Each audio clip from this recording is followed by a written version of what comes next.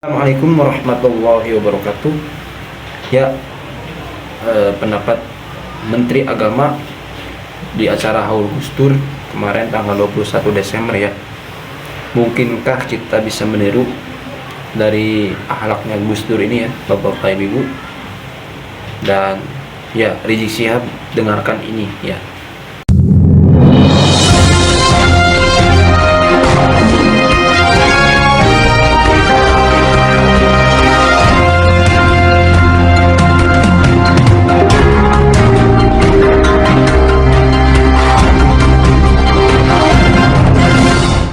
Satupun yang mendoakan harta warisan saya diambil, dipoya-poyakan.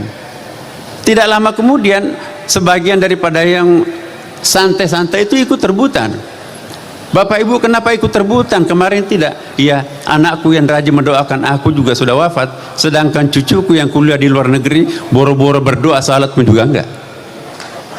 Nah kita di sini kita melihat tidak gampang untuk memperoleh jamaah yang sedemikian besarnya setiap tahun ini ke-15. Alhamdulillah saya nggak pernah absen ini di Haul Gusdur ini ya. Jadi Bapak Ibu sekalian, terakhir saya ingin menyampaikan kepada kita semuanya, mungkin nggak kita meniru sedikit saja dari Gusdur? Kalau tidak bisa meniru secara total, ini tantangan kita semuanya. Gusdur itu seperti yang dikatakan tadi Romo Magnis, dia sudah mantap dengan dirinya sendiri. Yang sekarang ini banyak adalah orang yang belum selesai pada dirinya sendiri. Nah, jadi semoga Bapak Ibu sekalian, kita semuanya mendoakan Gusdur, zuriatnya, doakan orang-orang yang penting dalam hidup kita, maka itu akan bertajasud. Sedikit artinya buat kita, besar artinya buat mereka.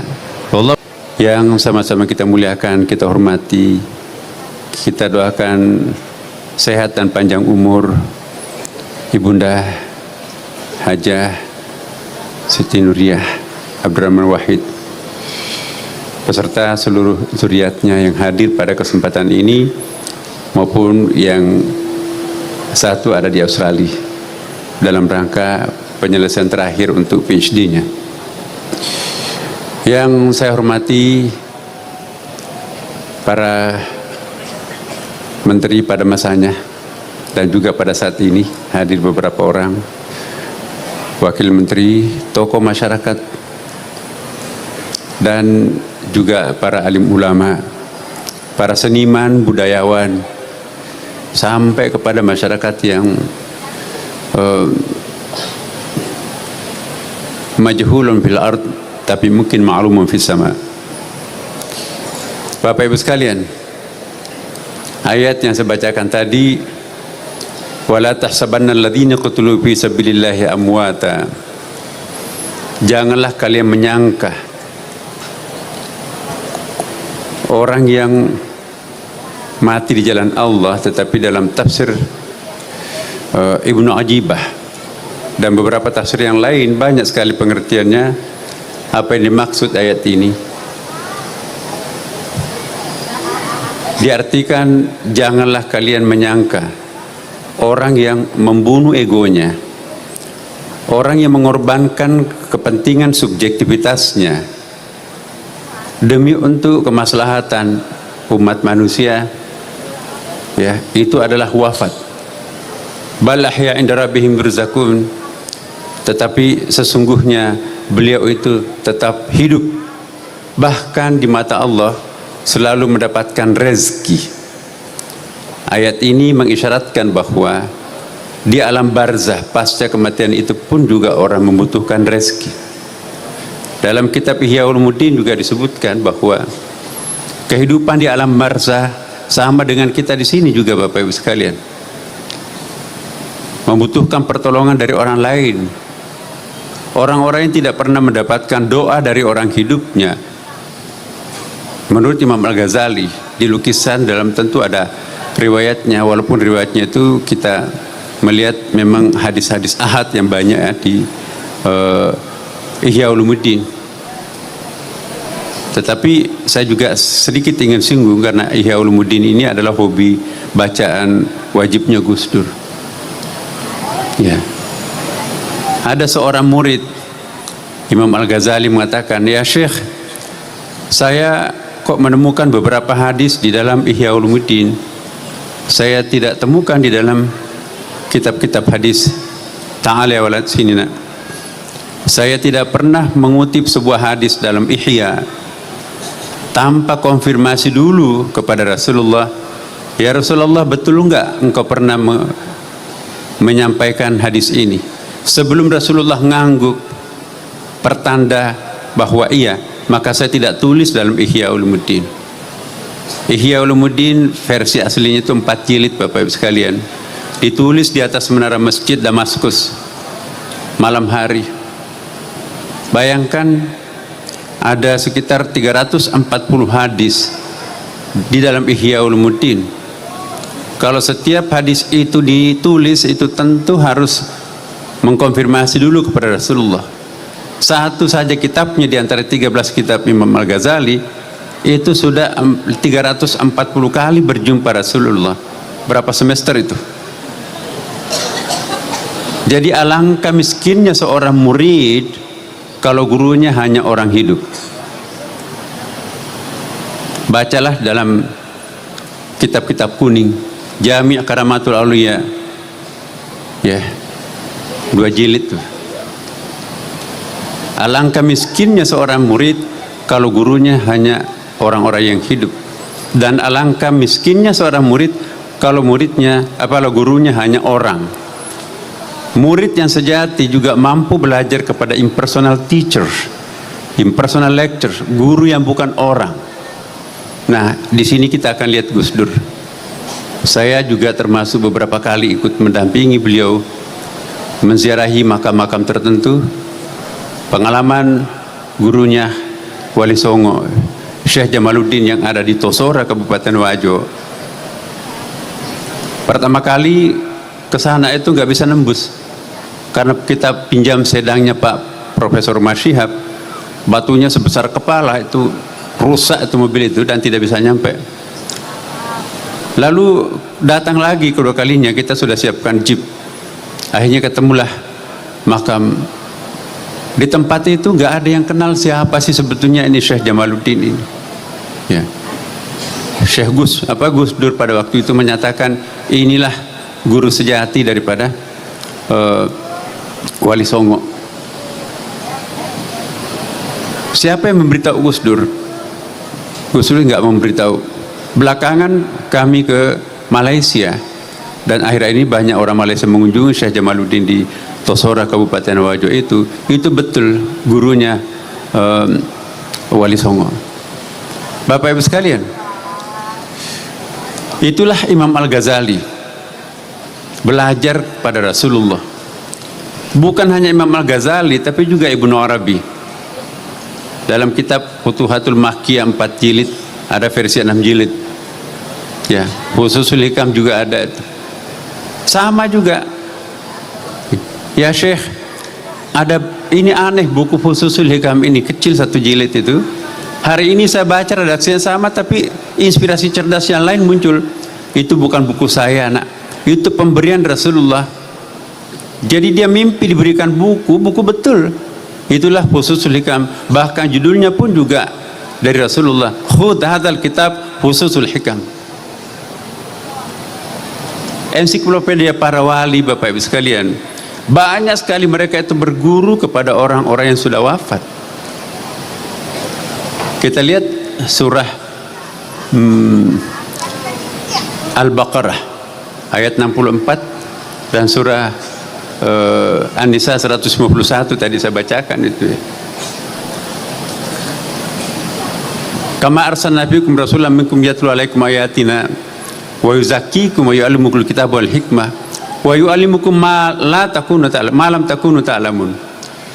Jadi dalam ilmu bahasa Arab Bapak Ibu sekalian, la dengan lam itu beda artinya. Dalam ilmu balaghah la itu kan kalau bahasa Indonesianya sama itu, tapi bahasa Inggrisnya bisa dibedakan tuh. Mala takunu ta'lamun itu la ta'lamun itu artinya unknown, tidak diketahui. Tapi kalau lam takunu ta'lamun unknowable. Jadi satu unknown, tidak tahu, tidak diketahui, tapi dosen menjelaskan akhirnya kita tahu.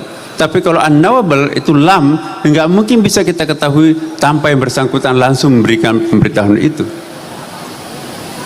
Nah, perhatikan Rasulullah Muhammad SAW, pengungkapan Rasulullah itu selalu menggunakan fi'il mudhari.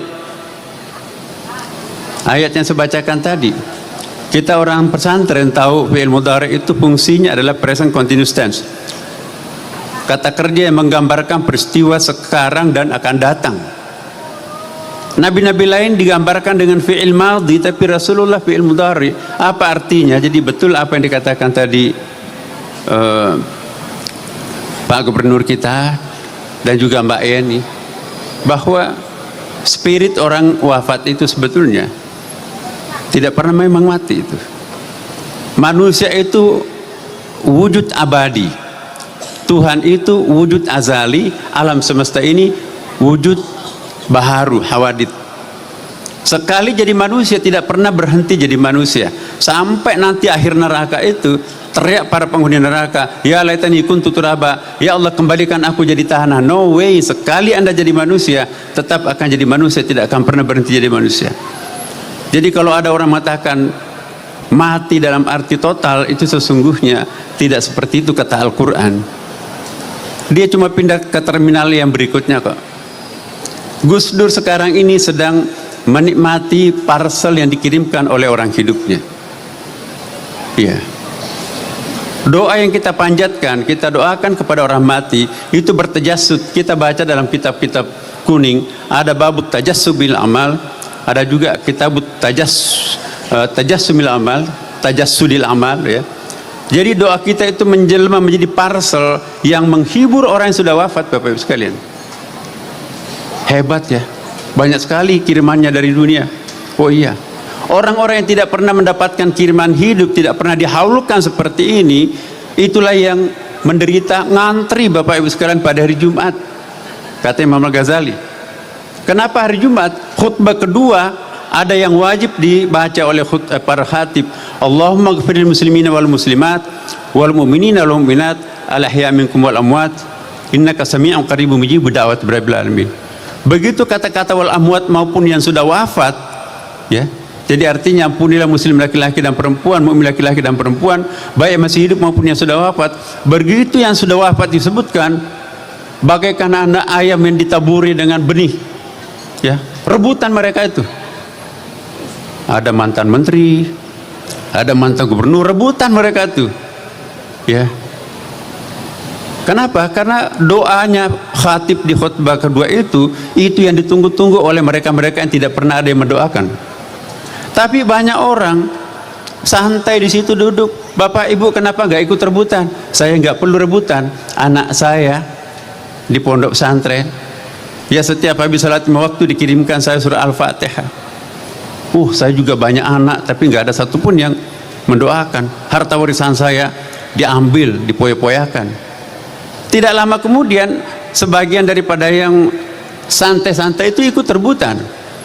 Bapak Ibu kenapa ikut rebutan? Kemarin tidak. Iya, anakku yang rajin mendoakan aku juga sudah wafat, sedangkan cucuku yang kuliah di luar negeri boro-boro berdoa salat pun juga enggak.